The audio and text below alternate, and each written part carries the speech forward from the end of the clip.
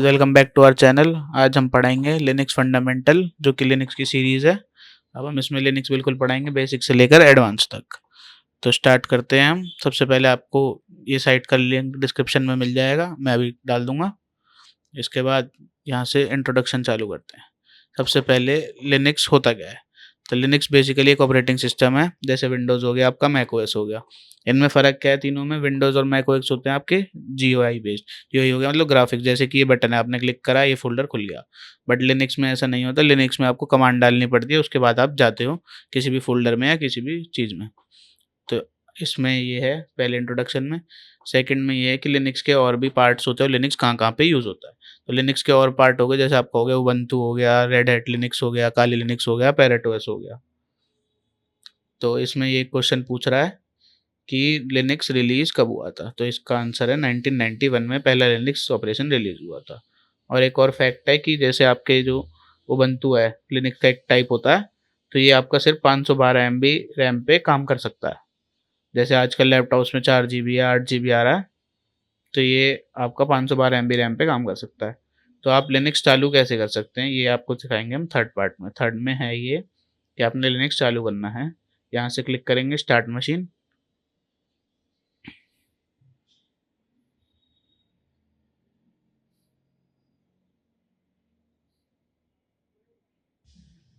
ये स्टार्ट हो चुकी है। तो इसमें आपको ये यूज़र नेम दिया है ट्राई हैक मी @linux, आपका ऑपरेटिंग सिस्टम 1। ठीक है, तो अब इसके बाद हम इसमें अभी कमांड्स चलाएंगे आगे। ये बस थर्ड पार्ट में इतना ही था कि आपको बस मशीन स्टार्ट करनी है कि कैसे होएगी। तो इस पर क्लिक करा आपने, स्टार्ट होगी। आप इसका टाइम बढ़ा सकते हो और इसको बंद भी कर सकते हो। ठीक है, तो अब आपके कमांड्स होते हैं ये। पहले दो कमांड इसने बताया हमें, इको और हु एम आई। तो इन्हें करते हैं। इको होता है आपका, जैसे आपको कुछ भी, जैसे पाइथन में होता है प्रिंट के लिए, बेसिकली इको कि आपको कुछ टाइप करना है और आपको वो आउटपुट चाहिए।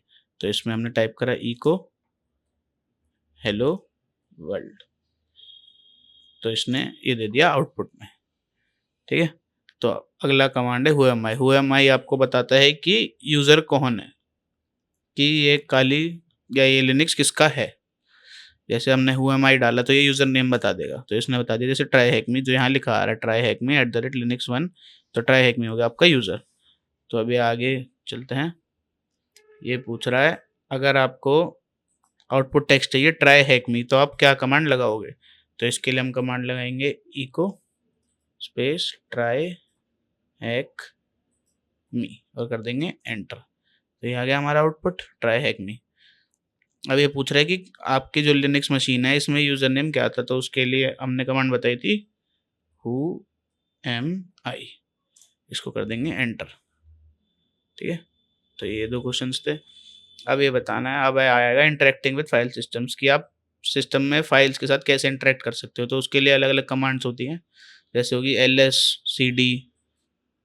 ls होता है बेसिकली आपका लिस्टिंग के लिए, कि जैसे आप कहीं पे भी हो, आपको बताना है कि वहाँ पे क्या क्या है। जैसे यहाँ पे हमने ls करा, तो यहाँ पे एक access.log की फाइल है और ये 4 फोल्डर हैं, फोल्डर 1, फोल्डर 2, फोल्डर 3, फोल्डर 4। अब आपको किसी भी फोल्डर में जाना है, तो उसके लिए आप क्या करेंगे, cd स्पेस फोल्डर, तो आप इस फोल्डर के अंदर आ गए। यहाँ पे ये ऐसे दिखा देगा स्लैश करके कि आप इस फोल्डर के अंदर हो। अब इस फोल्डर के आपको अंदर देखना है क्या है, तो आप दोबारा ls दबाएंगे, एंटर करेंगे। तो अब यहाँ पे कुछ भी नहीं है, तो ये खाली दिखा रहा है। अगर आपको वापसी जाना है, कि आपको वापसी जहाँ पे आना है, जहाँ पे ये पांचों चीज़ें हैं, तो आपको cd दबाना है स्पेस डॉट डॉट एंटर। अब आप वापसी बाहर आ गए। आपको चेक करना है तो ls दबाओ, वापसी चेक कर लो, आप यहाँ आ गए। ऐसे ही अब हम सारे फोल्डर चेक करेंगे एक एक करके कि किसी में कुछ है तो नहीं फाइल में। तो अब cd फोल्डर, सॉरी मैंने वो दबा दिया, टू एंटर। अब इसके अंदर देखेंगे कुछ है, इसके अंदर भी कुछ नहीं है, तो cd space dot dot enter. अब दोबारा बाहर आ गए। अब फोल्डर 3, अब इसको एंटर करेंगे, ls करेंगे। तो मैंने कुछ गलत कर दिया, अच्छा वो मैंने $साइन लगा दिया गलती से, सॉरी। अब मैं यहाँ वापसी आ गया, फोल्डर 3, अब एंटर करेंगे। अच्छा cd नहीं दबा रहा मैं, सॉरी, मैं वही देख रहा, कुछ एरर आ रहा। अब आ गए यहाँ पे ls। अब यहाँ पे कुछ भी नहीं है इसमें, तो वापसी cd space dot dot enter. अब फोल्डर 4 चेक करेंगे हम, CD फोल्डर 4, एंटर। अब इसके अंदर देखेंगे, अब इसके अंदर ये फाइल है गाइस, अब ये TXT फाइल है, अब ये CD से नहीं खुलेगी क्योंकि ये फोल्डर नहीं है, तो इसके लिए अलग कमांड है जो कि है कैट। अब हम यहाँ पे लिखेंगे कैट स्पेस फाइल का नाम note.txt, एंटर करेंगे। अब ये इसके अंदर का टेक्स्ट है, जो फाइल हमने ओपन करी उसके अंदर का टेक्स्ट है। तो अब वापसी करेंगे हम CD space dot dot enter. अब हम वापसी आ गए फोल्डर के बाहर, ये देखो आप चेक करना है तो LS दबा के ये आ गए। हाँ, अब आपको ये बताना है, जैसे हम किसी फोल्डर के अंदर चले गए बेसिकली, CD स्पेस फोल्डर 4, हम यहाँ चले गए। अब आपको ये बताना है कि आप कहाँ पर हो, खुद को आपको पता करना है। जैसे हम बहुत सारे फोल्डरों के अंदर चले गए तो हमें ये नहीं पता कि हम फिलहाल कहाँ पे हैं, तो उसके लिए दबाते हैं हम PWD की प्रिंट वर्किंग डायरेक्टरी कि हम कहाँ पे काम कर रहे हैं। तो उसके लिए आ गया ये, तब इसने ये पूरा दे दिया कि इसके अंदर आप यहाँ होम के अंदर ट्राई हैक में आपका यूज़र, फिर फोल्डर 4, कि आप होम में थे, होम में आपने ट्राई हैक में के यूज़र में हो, फिर आप फोल्डर 4 के अंदर हो फिलहाल। ओके गाइस, तो अब इसके बाद ये इसने आगे समझा रखा है कि ऐसे ऐसे आएगा। अब ये क्वेश्चन पूछ रहा है on the Linux machine that you deploy how many folders are there. इसमें ये पूछ रहा है कि कितने फोल्डर थे जब आपके लिनक्स मशीन में, तो यहाँ लिख देंगे 4 कर दिया हमने। With directory controls of file, ये पूछ रहे हैं कि डायरेक्टरी मतलब फोल्डर बेसिकली, कि किस फोल्डर में फाइल थी, तो फोल्डर 4 में थी, तो हम लिखेंगे folder 4। What is the content of file.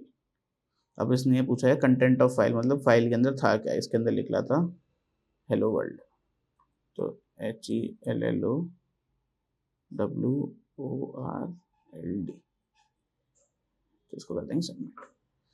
ठीक है, अब ये पूछ रहे use the command to navigate this file and find out the current working directory. अब इसने ये पूछा है कि जैसे CD कमांड से हम इस फाइल तक चले गए, कि फाइल तक पहुंच गए हम फोल्डर 4 में CD करके। अब आपको बताना है कि ये कहाँ पे थी, तो ये वाला जो हमने निकाला था PWD से, इसको कर देंगे Ctrl+Shift+C, कर देंगे Ctrl+C, यहाँ कर देंगे Ctrl+V, ये कर दिया हमने पेस्ट। ठीक है, अब आपको कोई फाइल ढूंढनी है तो उसके लिए ये बता रहा है कि फाइल ढूंढने कैसे, हम सर्च कैसे करें कोई फाइल को।